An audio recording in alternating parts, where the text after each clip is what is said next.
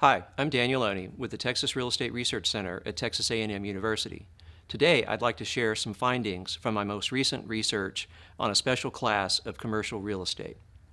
Are medical office buildings the healthiest commercial asset in Texas? Well, the prognosis is good, especially given the uncertainty in traditional office markets. And here's why. Healthcare accounts for nearly $1 in $5 of the U.S. economy today. Increasingly, that spending takes place outside of major hospitals and in medical office buildings.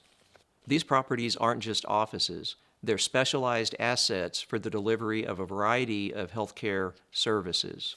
Given the complexity of medical office buildings, they're more expensive to build and to operate, but they also offer higher returns in terms of leasing and rents.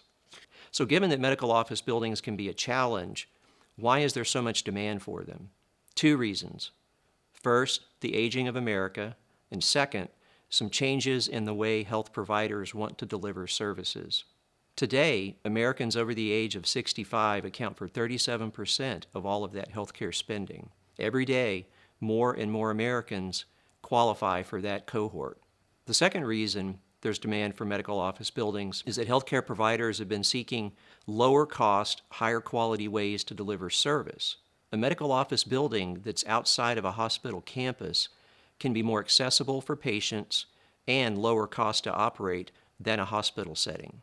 Demographics, healthcare practices, and economics are making medical office buildings an increasingly important asset in Texas real estate.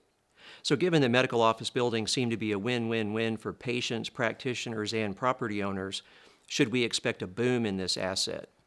I don't think so. There are several headwinds in this market as well as the strong demand drivers.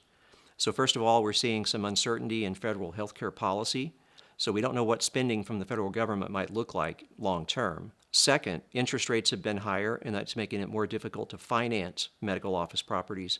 And third, those hospital campuses are in high-priced real estate areas.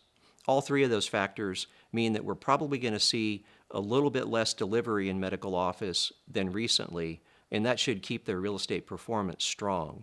Going forward, I'm seeing a couple of trends in where medical office will be delivered. First of all, despite the high costs, we are seeing infill development to take advantage of the assets of those legacy hospitals.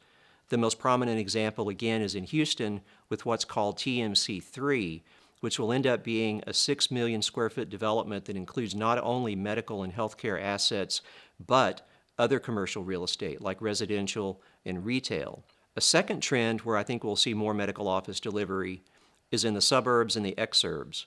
Our major hospital systems are building in high-growth areas along the I-35 corridor and in East Texas and along the coast. To learn more on this, read my article in the spring 2026 issue of Tierra Grande on our website. Thanks for watching.